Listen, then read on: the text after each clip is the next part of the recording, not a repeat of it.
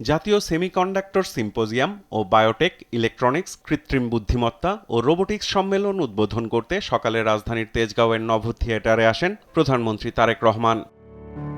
এদিন সামিটে অংশ নেয়া বিভিন্ন স্টল ঘুরে দেখেন সরকার প্রধান। সামিটে প্রধান অতিথির বক্তব্যে প্রধানমন্ত্রী তারেক রহমান বলেন, নানা সীমাবদ্ধতা, প্রতিকূলতা আর প্রতিবন্ধকতা পেরিয়ে বর্তমান সরকার স্বনির্ভর, সমৃদ্ধ, প্রযুক্তি নির্ভর বাংলাদেশ গড়তে চায়। যেটি আমি দৃঢ়ভাবে বিশ্বাস করি, পোশাক শিল্পের পরে সেমিকন্ডাক্টর শিল্পই হতে পারে বাংলাদেশের জন্য আরেকটি সম্ভাবনায় অর্থনৈতিক গন্তব্য।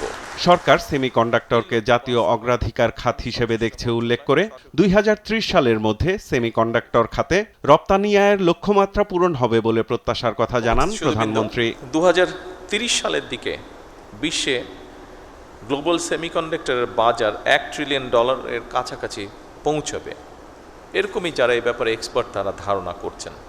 তবে খুব সম্ভবত 2026 সালের মধ্যেই এই লক্ষ্যমাত্রা কাছাকাছি পৌঁছে গিয়েছে।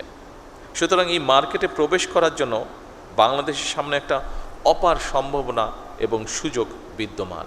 এবারের বাজেটে সেমিকন্ডাক্টর তৈরির সব কাঁচামালের ওপর সব ধরনের শুল্ক প্রত্যাহার করার বিষয়টিও উল্লেখ করেন তারেক রহমান।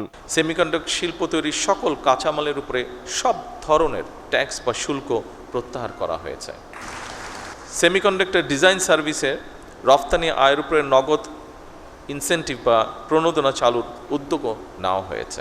একই সঙ্গে নতুন উদ্যোক্তা উদ্ভাবন বাস্তবায়নের জন্য সরকার প্রথমবারের মতন বছরে 500 কোটি টাকার স্টার্টআপ অনুদানও রেখেছে।